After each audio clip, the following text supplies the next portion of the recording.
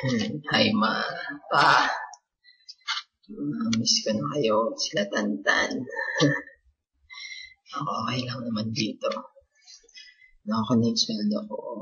Napadala niyo pa na kayo. Pasensya na kung kulang kasi alam niyo naman mahirap yung buhay dito. Ayun, hindi ko alam kung paano magpapadala sa inyo sa December ng malaki pa. Sakto lang kasi ang daming binabayaran dito ma.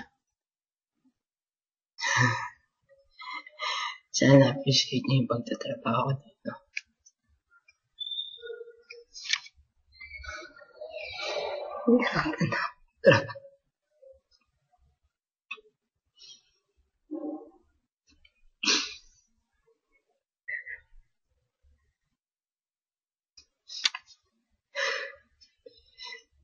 Sabi ko, hindi ko alam kung paano ako babayaran. Hindi ko alam kung paano ako magbibigay sa inyo sa Christmas sa New Year. Tiis muna, papadala din ng malaki. Gusto ko na umuwi. Iingat kayo lagi.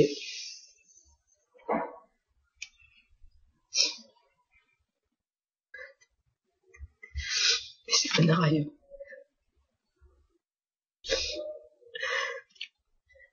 Ang hirap ng buhay dito. Walang natitira sweldo ko. Kaya ma-appreciate niyo sana yung pinapadala ko sa inyo kasi walang ako dito. Walang pa yun sa sweldo ko. Baon pa ako sa utang. Ingat kayo lagi. Mahal ko kayo. Bye.